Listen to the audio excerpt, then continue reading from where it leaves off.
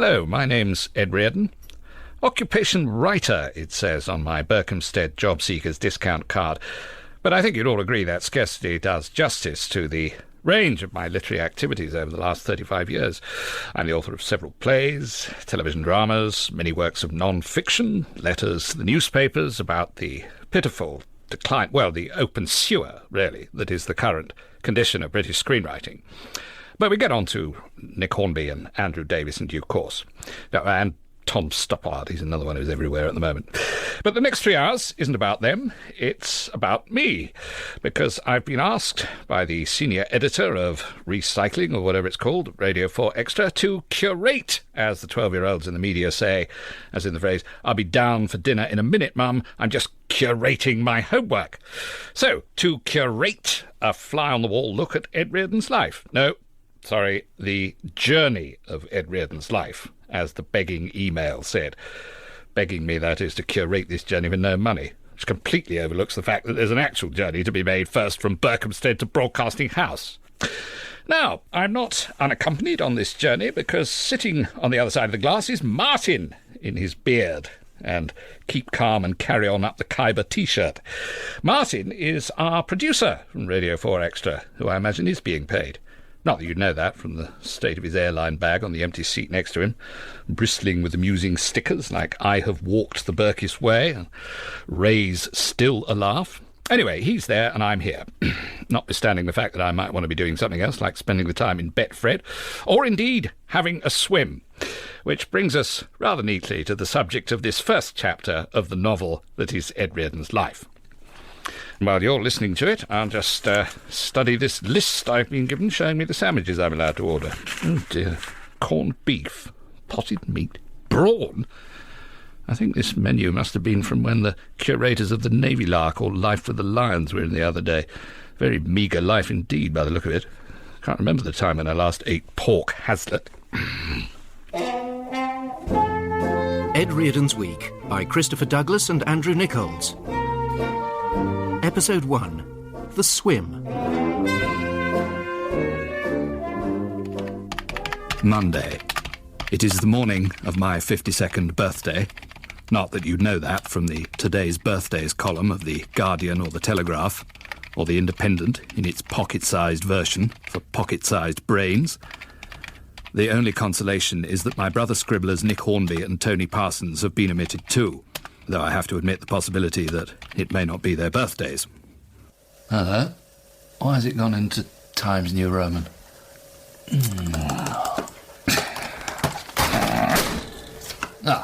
That's better. Baskerville irascible.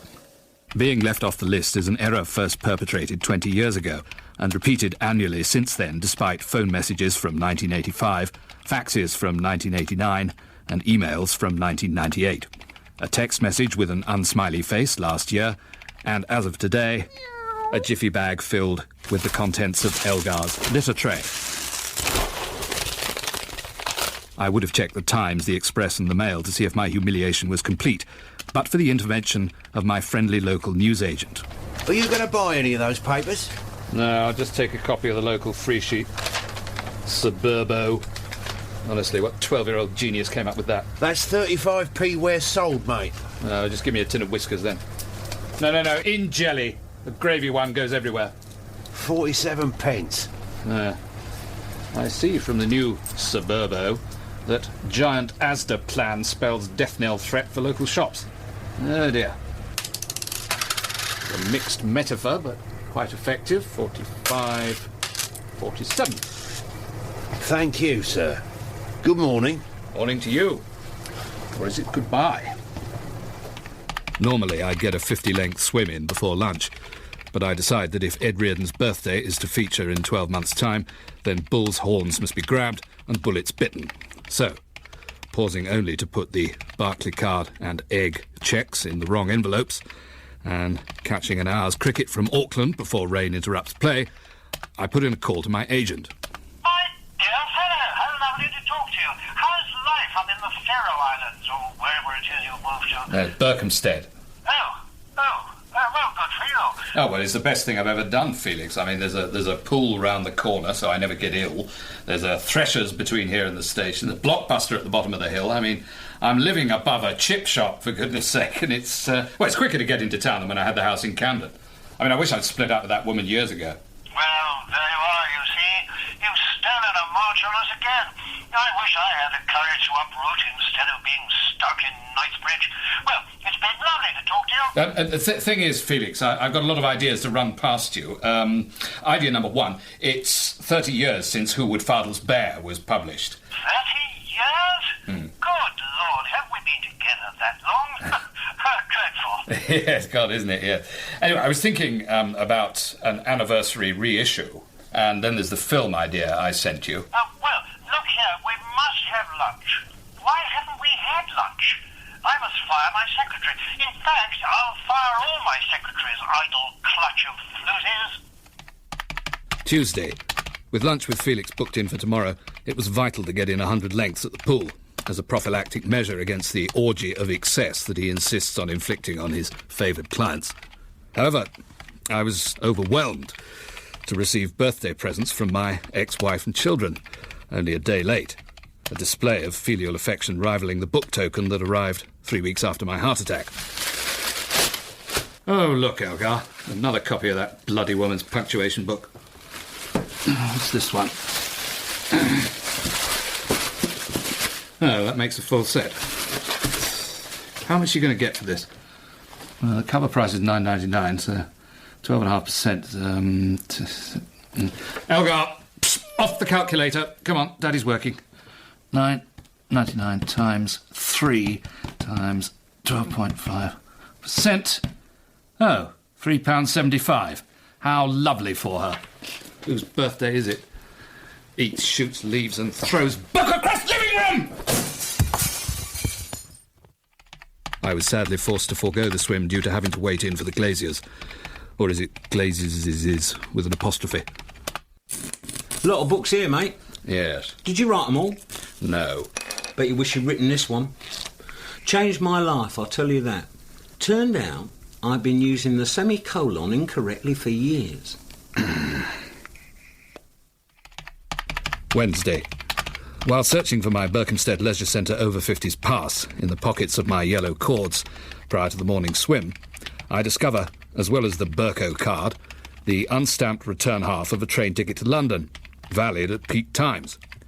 Heartened by this good omen, I set off at 9:15 for lunch with my agent. This, however, turns out to be a misnomer on both counts. I appear to have been downsized or outsourced or whatever non-word the 12-year-olds are using these days for being thrown on the scrap heap, unceremoniously, without even a black bin liner to protect me from the rats and scavenging seagulls on the scrap heap pecking away at my rotting entrails. Mr. Reardon? Ah. Hi, I'm Ping. Well, that's very clever of you. How did you recognise me? Oh, you're carrying a copy of your book? We handled the publishing deal, you know. Well, I hope you don't think I make a habit of this sort of thing. No, because it must be quite valuable. Can't be many left in circulation now. This is true. But as I said to Felix, next year will be the 30th anniversary of Who Would Fardels Bear. So we might be able to persuade the publishers to reissue. Well, right. I'm not sure they still do fiction. They're more Second World War and erotic massage books these days. Felix says sorry, by the way. What for? Not being able to make it. Actually, what he said was, je suis désolé. But he'd just come off the phone talking to Thierry Henry about his new novel, so... how's that going? Oh, it's going to be a monster. I wrote the proposal, yeah? I wish they'd put you on the cover. I'd buy it then. Buy a dozen copies. Better than that wretched punctuation woman. That's a compliment, right? Oh, yeah. But look, I see from my newspaper that the film that was based on Who Would Fardels Bear is coming out on DV, is it? Oh, yes, Sister Mum. I saw it last night and I'm like, wow, what a great movie this is. Because I wasn't even born when it first came out. And I'd always heard, Sister Mum was one of Jaz Milvane's seminal early works. Well, yeah, he did a reasonable job. So I was thinking that in view of all the brouhaha, this might be the time to talk to Felix about a new edition of Who Would Fardels Bear. They put a picture of Sally Field on the cover if they want. Why not 6-month-old Scarlett Johansson, too? Or Johnny Wilkinson. We put him on a lot of books. So, What, should we have a couple of drinks here or head straight for a martini or three at the Caprice? Actually, would you mind if we ate here? You see, I've only been allocated £17.50 for this lunch. Though we could share a starter. So, there it was. I'd been downgraded. As far as my agents were concerned, henceforth Ed Reardon's career journey would be made on board a no-frills airline. Naturally enough, I made the best of it, though I can't remember trying to make myself comfortable on a barrel since the school production of Treasure Island. E.F. Reardon's Squire Trelawney effortlessly achieves an aristocratic disdain. The Salopian, 1961. My first review. Still got it somewhere. I hope you don't mind me saying this, but I love your work. Oh, you're very kind. I admit I wasn't totally displeased with Who Would Fardels Bear. Jane Seymour's Household Hints. I really thought you got Jane there. Yeah, well, it's all writing, isn't it? If you're a professional. But I like to think that some of the novel I had to set aside at the time rubbed off on Jane. Sadly, I didn't see your episode of Tenko, but I have to say the Brands Hatch story. Whoa, it was like actually being in the pits with Damon Hill. That's possibly because I copied most of it out of Damon Hill's history of Formula One. When that driver crashed and went like... Wow, it was so gross. I mean, I just went by tube for a week. Thank you, Ping. So when it came to restructuring the clients list, I'm like, can I have Ed Reardon, please? Well, I think that calls for another bottle. Please. Hello. Actually... And I don't want this okayed, Mark. Give me a cab sab, matey, will you? But I want you to understand that Felix Jeffrey Associates will continue to offer you the service that, you know, da-da, blah-de-blah. Well, if Felix has passed me on to you, I suppose you'd better hear my plans. Let's start with television. Dumbed down to the point of imbecility these days, but one has to eat. Thank you. Essentially, Bouquet of Bamboo is a miniseries exploring the burgeoning sexual attraction between a group of English women and their Japanese prison guards after the war. Come on, drink up. I prefer the Shiraz, actually. The thing is, there's something come in that we think has Ed Reardon written all over it. Right. It's not a repeat fee. Pet peeves. Pet peeves. Another vet series. God spare us. All right, how many episodes do they want? It's a book. Sal's here want to do it. They're good people. Basically, the brief is celeb cats and dogs grumbling about their owners. What does a Downing Street cat really think about Sherry Blair? Just cats and dogs? No, rabbits, hamsters, whatever. You're the author. Could even be a fun chapter by an Aussie insect about what it's like to be eaten by Jordan. It's so you. Yeah, I'm sorry. We need someone who can turn it around in 6 weeks. No, I'm afraid I'm not your... For £2,000. Bring us a bottle of Shiraz, will you, matey? Actually, Ed, I've got to get back. Well, I've ordered now. Can't drink it on my own, can I?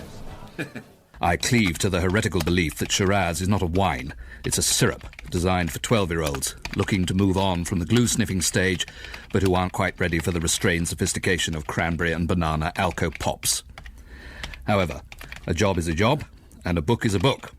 Or rather, a Burk, as the new received pronunciation has it.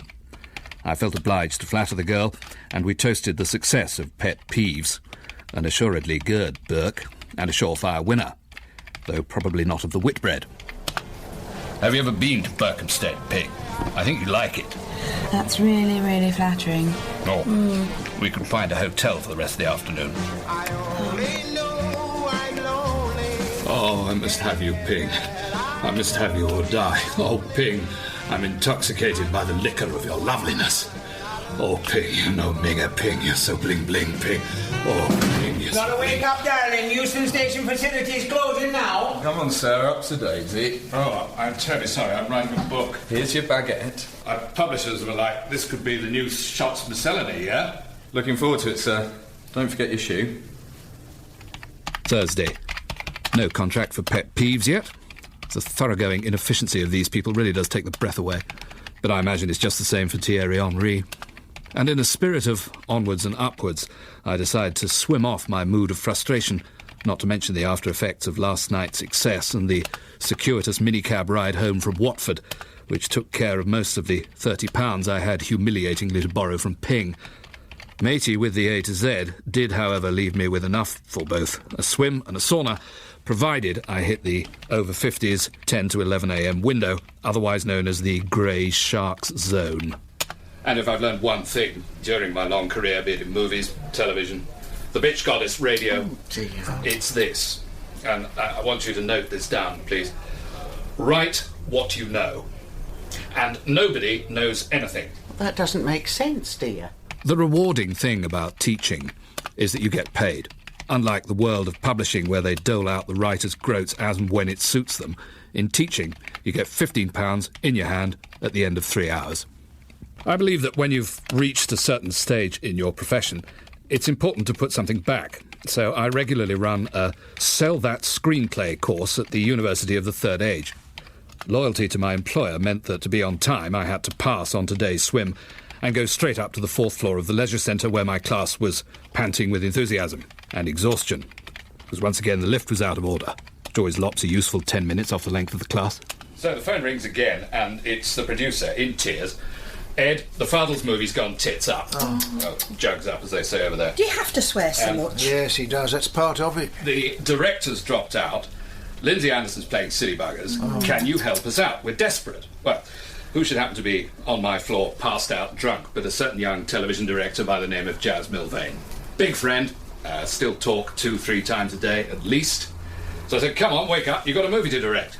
So, moral of story. You're saying you have to get drunk and lie on the floor? Yes, but more importantly, be in the right place at the right time. What, drunk on the floor? I don't know. 75p for this. And look at these biscuits. I'd rather have a swim. The thing is, I don't begrudge Jaz 1 penny of his success. And you know why? Because, you see, your Hollywood directors might have their flash cars and their personal assistants and their houses in Notting Hill and Malibu, and the use of Johnny Depp's place in San Moritz or wherever the bloody hell it is. Gustave. Oh, no, that's Beyoncé you're thinking of. It's Chamonix. But you and me, we're the lucky ones. Because, you see, writers are the real rich men of this business. Where you stood there in your tracksuit then? Can't you afford a tie? Well, we've still got a couple of hours to go, so bearing in mind all I've taught you today, let's just have another look at my episode of Tenko. We know it by heart by now, dear. Blink, blink, blink, blink, blonk. Why couldn't he write Minder? Oh, heartbeat. I like Monica the Clown. So, while I'm just trying to get this thing to work, does anyone have any more questions? Have you ever met Lynn Truss? She's good. And she's got a bob or two. And she didn't get it by resorting to foul language either.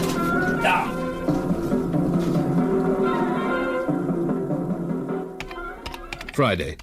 Bending down at the front door to put on my shoes en route to the pool, I'm hit quite hard on the back of the head.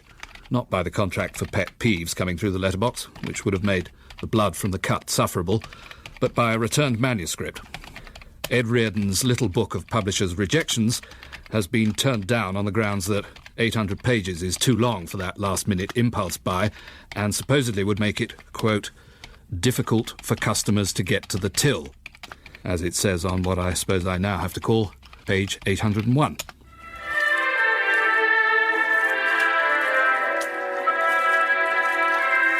Castaway this week is probably Britain's most successful export and arguably the best film director of all time. The irony being that if he hadn't turned his talents to the big screen, I'd probably have been introducing the world's greatest trumpeter. You promised you wouldn't say that, Sue. He is, of course, Jaz Milvane. Ah! Ow! Having to apply plaster to a publisher-inflicted flesh wound in an inaccessible place is bad enough. Probably the first time I've missed having my wife around in 2 years. But immeasurably worse was hearing my beloved English language assaulted on the bathroom transistor radio. Arguably the best film director of all time. That was nothing, however. But then came the movie that put you on the international map, Sister Mom. God bless it. How did that come about? Well, it started out as a novel that hardly anyone remembers now, written by an old drinking buddy of mine called Ed. But when did Sally Field come on board? Oh, Sally's wonderful. And we were both absolutely determined to take on the studio and tell the story we wanted to tell. It's my story. It's my story. I remember it. Here it is, look. I had to get out of the bathroom and into the kitchen for a drink, not realising that the digital radio was also tuned to Radio 4, with its 7-second time delay. Started out as a novel that hardly anyone remembers now, written by an old drinking buddy of mine called Ed. But when did Sally Field come on board? Oh, Sally's wonderful. And we were both... This called for an email to the 12-year-old ignoramus producer responsible for this travesty of literary history. I sat down to compose an Ed Reardon special, Toxicity Level 6, forgetting I'd tuned the computer to Radio 4 online. Time delay, 24 seconds. Started out as a novel that hardly anyone remembers now, written by an old drinking buddy of mine called Ed. But when did Sally Field come on board? Oh, Sally's wonderful. Oh. The kind of slipshod journalism for which the BBC deserves to lose its charter. It's far too nice. For which the producer deserves disemboweling. It gives me no pleasure to say this will get feedback taken off the air. And as for Ms. Sue Lobotomy... All right! Shall I save? Perhaps not. Yes? Jaz who? No, just typing away, working on something. Sorry for what? No, I'm working. I haven't got time to have the radio on. Oh, you didn't have to go on that, did you? You old whore. I still think Plumley was the only one who could really do it. So what did you say about me, then? No mention at all, I bet. Oh, did you? Did you really say that? About my writing? Oh, gosh, well, that's very kind of you. I'm sorry I missed it. No need to go overboard. I'm just happy to bask in your reflected glory, mate. Look, are we still on for the gig on Sunday? First sharpeners at 12, all right? OK, cheers. Liar. What are you looking at? You don't tell the truth 24 hours a day. Suppose you've never pretended you haven't been fed. Saturday. I'm woken at 3 a.m. by what passes for a dawn chorus in this godforsaken corner of Hertfordshire. It's the merry sound of scavenging winos sorting through the large wheeled refuse bins across the road, scattering stuff that not even the charity shop wants all over the pavement. Now, you've been told before, you're not supposed to do that. Now, just clear off. Go make someone else's life a misery. Or as you probably say in your language, What'd you say, mate? Once again, I'm obliged to take my slippers off, put my shoes on, and go across the road to lock the bin.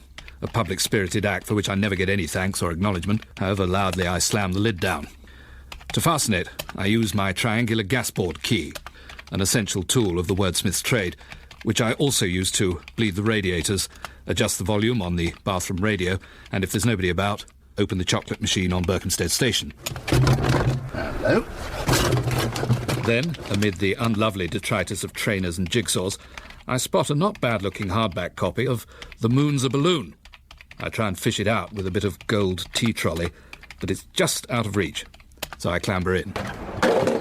Excuse me, sir. I shall have to ask you to vacate that rubbish bin. What? It's in from across the road, next door to the hairdressers. Always complaining about noisy scissors. Got a file that thick. So where were you just now when I needed you? One of the neighbours snoring, were they? Come on, sir. Out you get. You're probably parked in a lay-by, deaf to everything but the sound of masticated crisps. There's no need to use abusive language, sir. Well, that happens to be the Queen's English, actually. Obviously not on the curriculum at the Hendon College of Bribe-Taking and Thuggery. Right, you. Into the back of the car now. Get 12-year-old hands off me. There we go. That's it. Off. Do that thing with his head, Green. In you go, sir. I sat on the kettle chips. That's £2.20 up the Swanee. No wonder the council tax is £1,400. It's just as well I don't pay it. I haven't actually been inside a police station in the middle of the night since my children were growing up. I say police station. My local in North London used to be more of a job centre. It was a regular media rendezvous in the early hours of Sunday morning. You'd find many an influential producer or director there at 4 a.m, picking up his or her delinquent children. I got 2 radio plays one night when the entire BBC drama department seemed to be there, as well as Alan Bennett, who'd just come along for the crack. It was as good as having an agent, and of course, it was how Z-Cars started. But that was the golden age of television drama, and this is Berkhamsted 2005, where the pickings are thinner on the ground. Or so I thought. Now get off home and don't let me see you in here again. You're a very lucky writer. Just a minute. I'm just reading this poster about volunteers for identity parades. Is this right, what it says? £10 an hour? Correct, sir. Fancy a crack at it, do you? Well, how would I go about? What it entails, sir, is standing in line with a number of other self-employed people, such as yourself, and one genuine suspect. Can be a bit hard on the legs if we don't get a result first time, but... Yeah. Would I just come as I am, or...? Well, perhaps not the pyjamas, but the beard would be a decided advantage for accusations of gross indecency, say. Oh, excellent. Does one get paid in cash? We couldn't really do that, sir, could we? No, I suppose not. So, say I was interested. Should I give you my details? Yeah, well, we do know who you are, sir. We'll be in touch. Ah, so don't call 999, we'll call you. Exactly, sir. And don't forget to pay that council tax. All right. By now it was 7 a.m, and the pool was just opening and invitingly empty. But if I was to bring a clear head to bear on Channel 4 racing that afternoon, I needed to get my 8 hours in. Oh, no, Dolly, we mustn't. I'm married to Peggy. No, I can't stop myself either. To hell with society's traditional values. We can have a same-sex wedding. We're both woolly. Sunday, and the time-honoured ritual of finding out what taboo they were determined to break in the Archers this week. Still, anything's preferable to that loathsome family fun day at the pool. The men's changing room seething with divorced dads and their offspring. So, a swimless week. But no matter, I have a gig to play, and there's no better workout for the mind and body than music. Bach for the austere demands of structure. Shostakovich for the giddy pain of loss and love. Dixieland Jazz for catching the joy of life on the wing.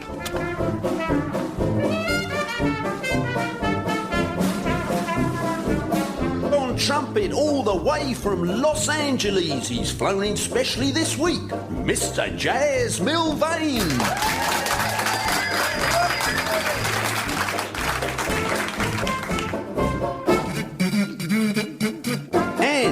Blow in the jug. Put your hands together and give a big lockkeeper's arms welcome to Mr. Ed Reardon.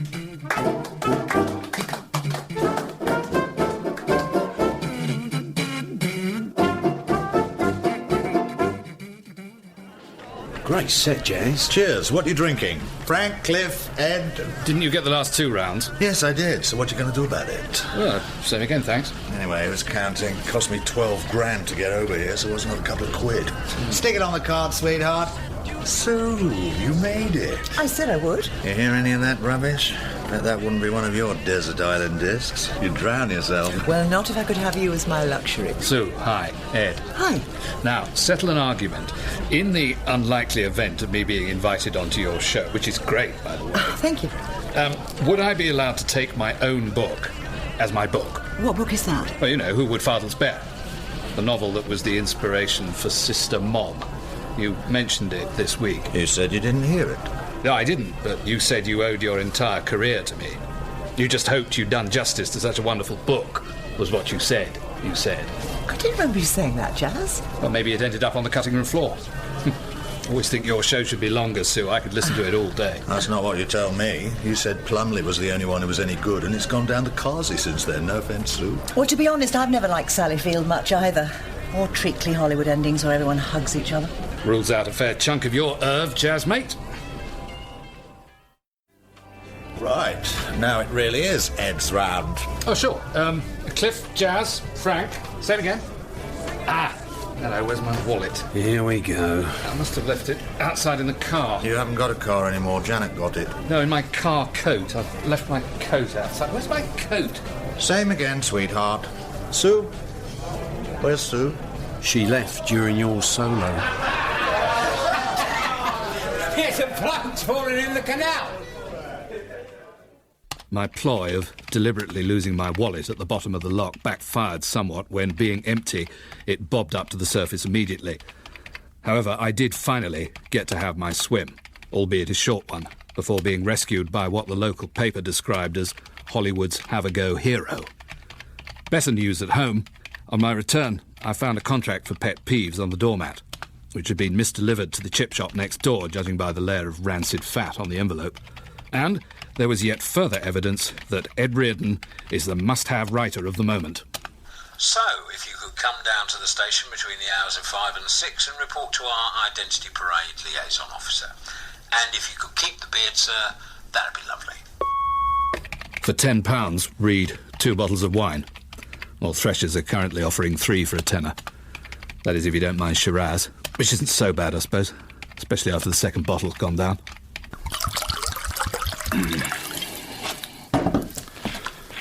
What's it like to be Lynn Truss's cat? People often ask. Very nice, I purr contentedly. I especially like the balanced diet she gives me eats, fishes, and leaves. Oh, dear God. Ed Reardon's Week starred Christopher Douglas with Stephanie Cole, John Fortune, Ronnie Golden, Sally Grace, Sally Hawkins, Martin Hyder, Philip Jackson, Rita May, Geoffrey McGivern, Dan Tetzel and Geoffrey Whitehead. It was written by Christopher Douglas and Andrew Nickolds. The producer was Simon Nickolls.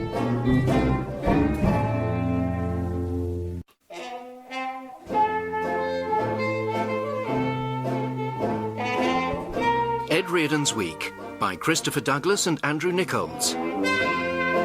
Episode 2, Pulp Non-Fiction.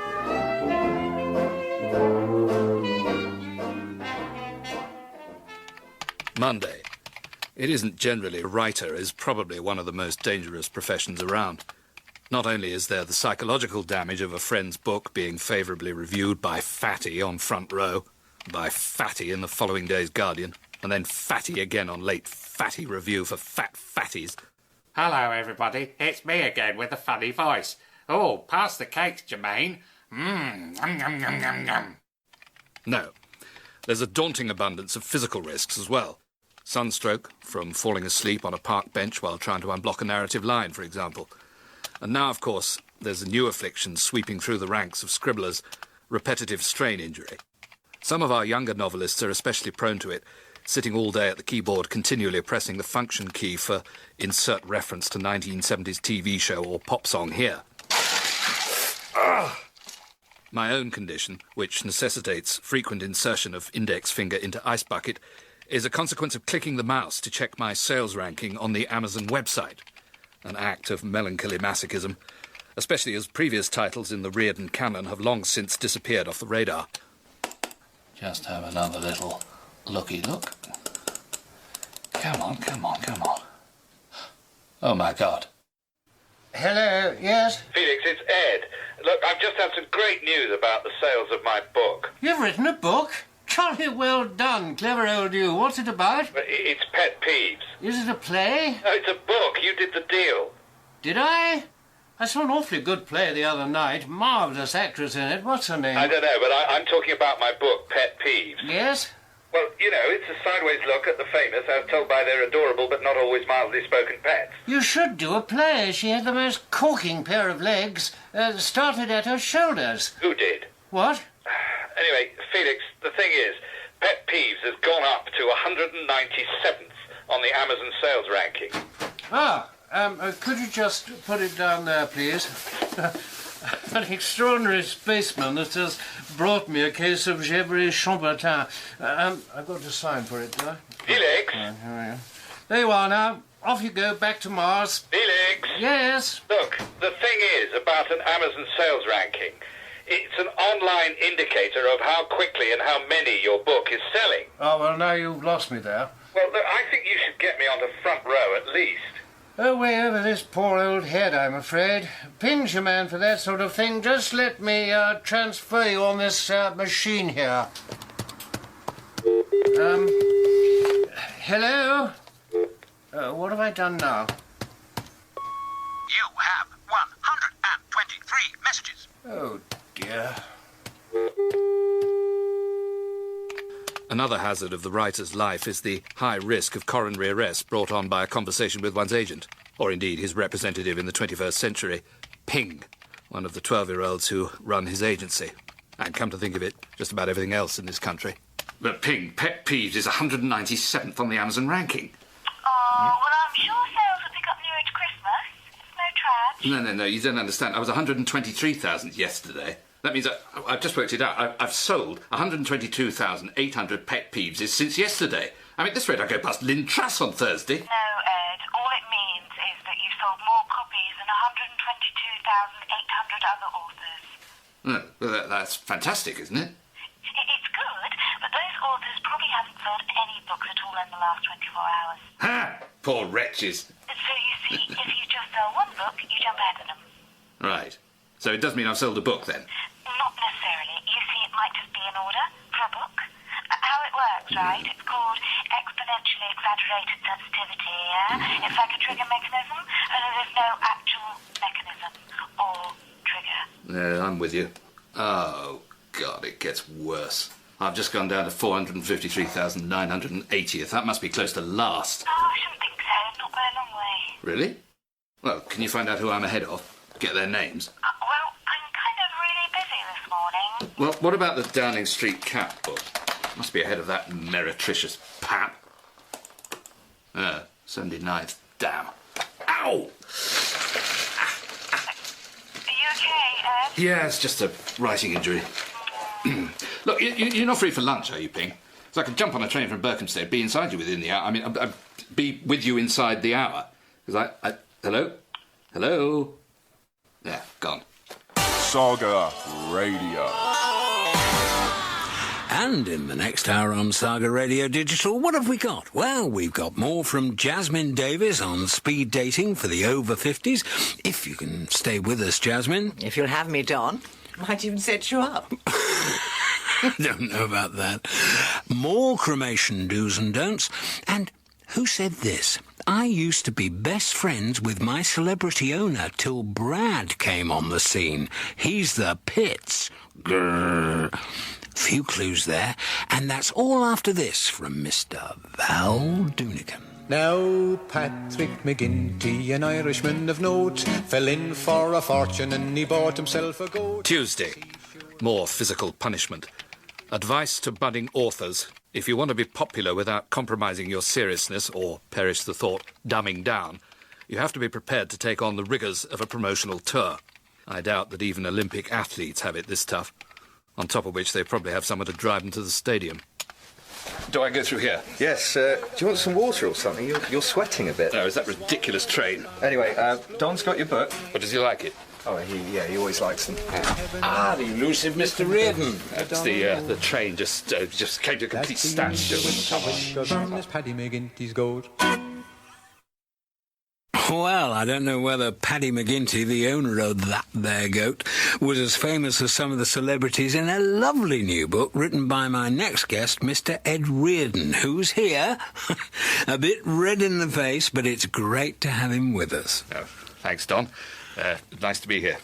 No thanks to your wonderful transport system. I mean, it must be the worst in the world. Must be. Surely not beyond the wit of man to design something that actually works. Well, something that very definitely does work is this smashing book of yours. So tell us about Pet Peeves. How did you come to put it together? Well, publishers make you do a lot of work for nothing. Then they give you a minute advance and graciously allow you to go ahead with it. Right, but it's well worth it in the end. Well, I hope so, yeah. I mean, I'm a novelist, really. I'm just doing it for the money, such as it is. £2,000. Can't be bad. Really? I just hope everyone will go out and buy a copy. Well, you've certainly got two satisfied customers here. For anybody just joining us, the answer to the earlier quiz was raspberries. And with me in the studio are Ed Reardon, author of Pet Peeves, and speed dating guru, Jasmine Davis. So, Jasmine, how would you go about getting a speed date with a celebrity's pet? I don't know. Well, that's bestiality, isn't it? That's not really what my book's about. Marvellous stuff. And while you're pondering that, here's Mr. Matt Munro. Born free. Fantastic, guys. You really think so? How's the book doing, Ed? Well, can't grumble. It was 197th on Amazon this morning. Wow. Goes up and down, though, doesn't it? You can be 197 in the morning, 400,000th by lunchtime. That's what happened to my little book of weather links. I'd be better off cockle picking than sitting here doing this. But that's so great, Ed. I mean, you can do both things, the serious novels and the popular stuff as well. Yeah, yes, and telly. It's not a bad way to earn a living. Movies. So, if you'd just like to sign this copy of Pet Peeves, Ed. Oh, sure. Is it to Don? No, it's a prize for the person who got raspberries right. Right. Is it you I see about getting my train fare back, by the way? Oh, between movies at the moment, are you? Can I give you a lift anywhere, Ed? Yes, if you're going anywhere near Maidstone. I'm doing Medway Towns Hospital Radio, all 5 at once. Oh, no, sorry. I'm going to do Woman's Hour, the other direction. Actually, Don, can you check to see if my card's arrived yet? Your what? Born free. Well, you may be born free, but the cost of dying is no joke these days, and now's the time, if you haven't already, to start planning for that cremation. 2 espresso. Bon appetito. Wednesday. Waiting for the reviews is, as any writer will tell you, an exquisite uncertainty. Noel Coward would sit up all night in Sardi's restaurant in New York until the first editions came in, concealing his nervousness behind an urbane carapace and the curling smoke of a Du Maurier. Hey, Antonio, where's my toast?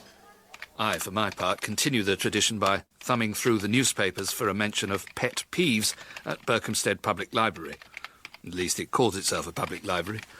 In the brave new cappuccino world, books have been relegated to the bottom of a pile of user-friendly infotainment artifacts such as videos, Christmas cards, Nintendo numbskullery, and the ubiquitous internet. Daily Mail, nothing. Spectator, nope. Telegraph, no. Hey, finish with that express. Not yet. Give us a page that says free cup of tea for every reader. Ah, for goodness sake. Careful, it's void of defeat. There you are. It takes an hour or two to get through all the newspaper polls, but I was rewarded on turning to the magazine racks with a rare nugget of praise. In this month's Caravan and Camper, a publication, I might say, with 10 times the circulation of the Spectator and the New Statesman combined, Pet Peeves is described as a nice little read. The reviewer is the anonymous but highly respected Wayfarer, himself the author of the successful Pubs That Like Kids, and the even more successful runaway bestseller Pubs That Don't Like Kids. Respect from one's peers is always to be treasured, if not pinned up on the fridge. Excuse me, can I have some change of the photocopier, please? Can I just direct your attention to the notice at this time, sir? Yes, I know it says no change given, but I've only got a £2 coin. The photocopier doesn't give change either. Well, if you were to purchase a beverage or muffin from the cafeteria, we have blueberry or regular at this time. I don't want a muffin, I want a 20p. Then I'm afraid I can't help you at this time, sir. You got a pair of scissors there, Chief? Certainly, sir. I decided to put the magazine in my jacket and walk out at this time, along with a copy of the new oldie, containing a completely gratuitous attack on Nick Hornby, which was also highly photocopyable. I can't believe it's not fiction. Oh, dear. Sir? Hello, what's this? It's not for me, is it? I don't think you've had your book stamped. I'm afraid your system must have gone haywire. I haven't got any books. Would you mind opening your jacket? The way you're holding your arm by your side suggests that you're concealing something. This happens to be a writing injury. Nevertheless, would you mind opening your jacket at this time? No, I'm not taking my clothes off for you. If you want to apprehend a criminal, I suggest you do something about that tramp photocopying his free tea coupon. Done it about 20 times now. Stay there if you would, sir. Now, sir! Wait, sir! Come back! Let's just have another little check on the sales ranking, shall we, Elgar? Up 38,000. Oh, what's this? If you enjoyed Pet Peeves by Ed Reardon, you might also like The Highway Code and the Bible. Oh, pretty august company. Let's see how the Bible's doing, shall we? Oh, dear. Bad day for the good book. Researching further by typing literary failures into Google, I came across an interesting article about the fate of what the publishing industry is pleased to pass off under the politely coy title of remaindered books. Remaindered, that is, in the sense that a cargo of depleted uranium or a 10-month-old sausage found in the back of the fridge is remaindered.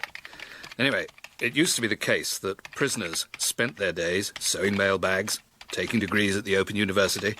Now it seems they're given the job of putting unsold and, frankly, unwanted works of literature out of their misery by drilling holes in them prior to their being sent to the pulping machine. Oh, that's so sad. Oh, it's truly awful. People spend months of their lives writing these things, only to see them reduced to something resembling instant mashed potato.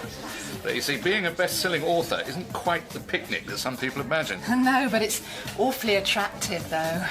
Emboldened by the day's positive news, I decided to try and get some return on the £8.50 I'd been forced to pay that woman for her speed dating book.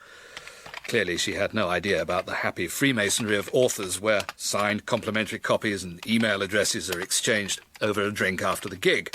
So, that evening found me dipping a speculative toe into the dating pool at Zoltan's in Station Approach, Watford. hopping from table to table in search of kindred spirits, soulmates, wealthy and desperate heiresses, call them what you will. I really like your DSOH. Sorry? Dry sense of humour. Oh, thank you. Well, it helps, I find. I mean, imagine what it must have been like for Geoffrey Archer when he was at Her Majesty's pleasure, being obliged to take the Black & Decker to one of his own sorry efforts. Yes.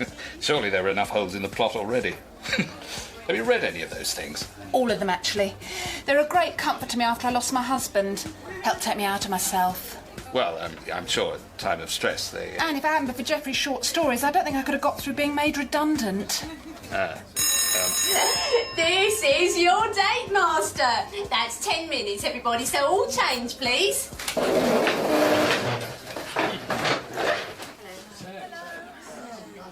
Well, I'm a writer. Sorry, is it too late to change, date, Master? I like theatre, cinema, especially 1950s cinema. Oh, yes, me I like too. pubs, having a laugh, cheap lunches, and what I don't like is bad manners, aluminium and the worm. The what? The white worm in my head that keeps making me do these awful, awful things. Date master. Excuse me, date master. When you got a minute? It's barking M, this one. Thursday. A day I suppose I'm lucky to be able to greet with my customary 8 a.m. pipe and pint of caffeine. Who knows what would have happened if I brought White Worm Woman home. It's an aluminium coffee pot for a start. Nevertheless, the £10 that the speed dating experience cost me, plus the extravagant £5 on an A1 size colour photocopy of the Nick Hornby review, now presents a problem. Elgar's hungry, and so am I. And it's no good telling him that a £20 royalty cheque from the BBC was due 3 weeks ago. So, plan B. But a search round the bike racks at the station for loose change, fallen from the pockets of late and harassed commuters, proves fruitless. Likewise, the returned coin trays in the payphones at the station, all empty. Another consequence of the damnable rise in popularity of the mobile phone. Consequently, the coffee break of my writing class, this week's topic, Sell That Blockbuster, was awaited with unusual keenness and not a little noise from the old Tum. And we'll continue deconstructing Wild Swans by Jung Chang after the break. But we've only done 5 minutes. She's not even got married yet. I wouldn't have bothered with the love if I'd known. So, back here in, what should we say, 30 minutes? I think he's hungry. You hear his tummy, Rumden? You should have said, love, I'd have made you a sandwich. What have you got? Rolled pork with stuffing, but you're not having one now. And you can stop looking at my crisps. Berkhamsted Leisure Centre may have lacked the lavishness of Yu Fang's wedding feast, but I fell upon the cellophane-wrapped custard creams with all the vigour of one of General Jouet's guests. However, like the aristocratic warlords of pre-revolutionary China, I little knew what ferocity was about to be visited upon me. Look at the crumbs on him. One of the side effects of writing a blockbuster is being thrust into the glare of the media. It's like a goldfish bowl. What would you know about that? Well, I've had a bit of it with something I've got out at the moment. I heard him on the radio. He was late. Had to apologise to Don Wade. You've got to be thick-skinned. You're going to get reviewed, and not everybody's going to like it that you're selling shed loads of books. He wasn't very good. Did you get off with that woman? What woman? Jasmine Davis. Oh, the speed dating one. She's good. I heard her on Woman's Hour. Look, if I could just have your attention for a minute. Now, what's your book about, dear? Well, it's an unashamedly populist piece I turned my hand to about talking animals. Is that why we're doing Wild Swans, then? No, the point I'm trying to make is that whatever kind of writer you are a writer. And if you're a writer, it's you against the world. And you've got to be prepared to stand up and say, this is who I am. Doesn't matter how old you are. One of you could be the next Catherine Cookson or the new Mary Wesley. They're both dead, dear. Can I be the new Harold Robbins? You can be anyone you like. That's what I'm trying to say. As long as you're true to yourself. Excuse me, sir. Are you Mr. Reardon? No. The sudden appearance of a 12-year-old policeman brought a mercifully early conclusion to my writing class. What was not so welcome was the news that I was being charged with antisocial behaviour, to wit, stealing 2 magazines from a public library. Oh, this is He ridiculous. didn't pay for the biscuits either. He's got reads 4. Caravan and Camper anyway. You're supposed to put 50p in the cup. All right. I reckon he took some out. Check your CCTV footage, I would. Well, he was looking shifty when I saw him in the library. Should have shopped him. I might have got a reward. Friday. Up before the beak. Certainly born before the beak. The presiding magistrate at Berkhamsted was probably the first member of the judiciary to be too young to have heard of the Beatles. You're too old to be wasting the court's time like this. Right, point taken. Can I make my speech now? No, you can pay a £20 fine plus costs, which comes to, how much? £3. I beg your pardon, ma'am, £5. What? It was a summer special double issue. Thank you. £25, and I don't want to see you again. £25. No doubt a trifling sum for most people, not least my fellow miscreants, the gang of children who'd smashed up Berkhamsted town centre. They paid their debt to society with crisp £50 notes, or red ladies, as they called them, while arranging on their mobiles to convene the following night for more of the same in Leighton Buzzard. So, £25 is, as I say, for most people, a trifling sum. However... Next. Non-payment of fine. 10 days. Naughty. What we got here? 1 bunch keys, 1 pipe, 1 box matches. We burnt one saved inside. 1 half-packet Orbit chewing gum. Yes, there's 4 left, I've counted. 1 Sony Walkman containing 1 Billie Holiday cassette, 1 postcard from Salman Rushdie refusing help with payment of fine. Oh, normally such an open-handed author. Must have offended him as well as society. He's a mate, but he's got a lot of extra commitments now. And 1/2 of a return train ticket to London, valid till Tuesday. Oh, bad luck. Sign here, please. Right. I see my room now. Saturday. Most writers worth their salt have been to prison. Alexander Solzhenitsyn, Oscar Wilde, Mad Frankie Fraser. All have known what it's like to have only their thoughts for company. A glimpsed patch of sky, the only connection with the outside world. I can also see Carphone Warehouse, which gives me a head start on Solzhenitsyn, so the pressure is now on to produce a substantial piece of work, prose or verse, I'm not sure which. Oscar Wilde's Ballad of Reading Gaol is an acknowledged classic, and I gather Reg Cray's Poems for Mum sold pretty well. But as the gap in this diary indicates, I've been cruelly denied the tools of my trade for a week now. No pipe, no baccy or whiskey, only a pen and a ream of A4 paper. But I suppose I shall have to make do. Is he through here? Felix? What? Oh, my dear fellow. Absolutely wonderful to see you. Well, you too, Oh, can't tell you what this means. I thought everybody had forgotten about me. Oh, certainly not. No, I hope I'm not stopping you, tunnelling. No. I'm sure there is tunnelling, but I haven't signed on for the performance art module yet. So there isn't a chap underneath your chair with a fork and spoon and his trousers full of sand? What? Look, let's get out of the day room. The Saturday brunch bunch is coming on. Some of these blokes never miss a teenage show if they can help it. Jolly good. Well, it's been lovely to talk to you. It's just through here. We need to look at the diaries and plan next year because there's the poetry, there's the prison memoirs. Oh, and there's a table tennis play I very much want to do. A two-hander, is it? Well, that's very commercial. And I'm in the middle of a letter to the Times about conditions in here. It's so angry. Well, I mean, they're going to have to go back to being broadsheet to fit this one in. Anyway, this is me. Oh, very smart indeed. Terribly grand. It's just like school, isn't it? Have you got a fag? Oh, they call them bitches here. Oh, a fag and a bitch. Well, lucky old you. We must be paying you too much. No, not enough, actually, Felix. That's sort of why I'm here. And is this bowl yours too? Yes. Well, and you just put it through that little hatch, do you, and they fill it up? I say I could do with one of those. Yeah, you can just rattle it at Fiona and, hey, presto, spotted dick. Anyway, I'll let you get on because I've got to go now and see another very clever fellow across the way. Well, so you haven't come to see me at all? Not primarily, no. I'm hoping to sign him up for a book. He's a cannibal. And he's advertised in the Sunday Times for volunteers to come and be eaten by him, you see. Did you get much feedback? Well, a surprising amount before the forces of political correctness descended upon him and put him in here. But if he hasn't got a recipe book in him, well, I'm a Dutchman. Anyway, we must have lunch, Ed. Well, it's nearly 10:15. They'll be serving it in a minute. Yes, well, I can see you've put on a few pounds, you lucky devil. Now, how do I get out of here? You just turn the handle and open the door. Oh, good. Good Lord, call this a prison? You're living the life of bloody Riley. Sunday. I haven't yet managed to put pen to actual paper, in spite of, or could that be because of, the amount of material at my disposal?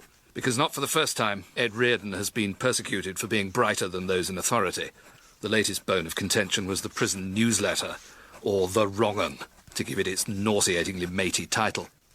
It contained an editorial from the governor which perpetrated so many crimes against the English language that I was obliged to take him to task over his use of the word hopefully in front of 200 inmates at this morning's roll call. Come on, put your backs into it, call yourself a work detail. This isn't a holiday camp, it's a recycling unit.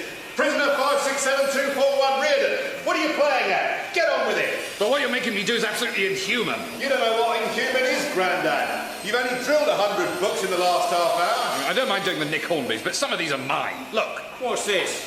Pet Peeves by Ed Reardon. All right, autograph it, then drill a hole in it. I've done those 20,000 Stellar Remingtons, sir. Well done, your lordship. Into the matter with them. Come on, the rest of you. There's privileges to be earned here. Privileges? Nobody told me about them. Well, you should have read the newsletter instead of just criticising it, shouldn't you? Drill half a ton before lunch, there's a phone card in it for you. Any more than that, and you're into nectar points. But come on, keep them coming. I can do 2 pet peeves at once here. Thank God I delivered it 50 pages too short. We got a sharp one here, Malcolm. You're right there, Neville. If only he'd got a better start in life. It was a sad irony, but also a felicitous one, that I was able to make more out of destroying pet peeves than I was ever likely to earn from selling it. But as I tell my students, or as I will tell my students as soon as my suspension period is over, these are the commercial realities of the life literary. Moreover, the well-merited phone card meant that I was able to update my CV with the dating agency and also collect the considerable number of replies that followed. Hello, it's Bubbly Blonde and Caring here. BBC, yeah? I assume CR means you've got a criminal record, and I was just wondering when we could meet. But I need to know first just how many people you've murdered before I marry you. Hello? Am I speaking to Clyde? I think I'd like to be your Bonnie. Hello, Ed. It's Jasmine Davis here. We met at Saga Radio. I was so sorry to hear about what happened to you, and I just wondered if you needed anyone to feed your cat.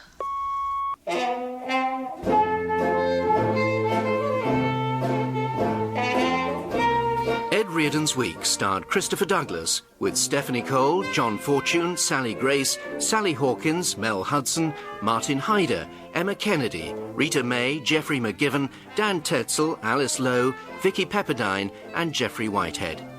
It was written by Christopher Douglas and Andrew Nickolds. The producer was Simon Nickolls.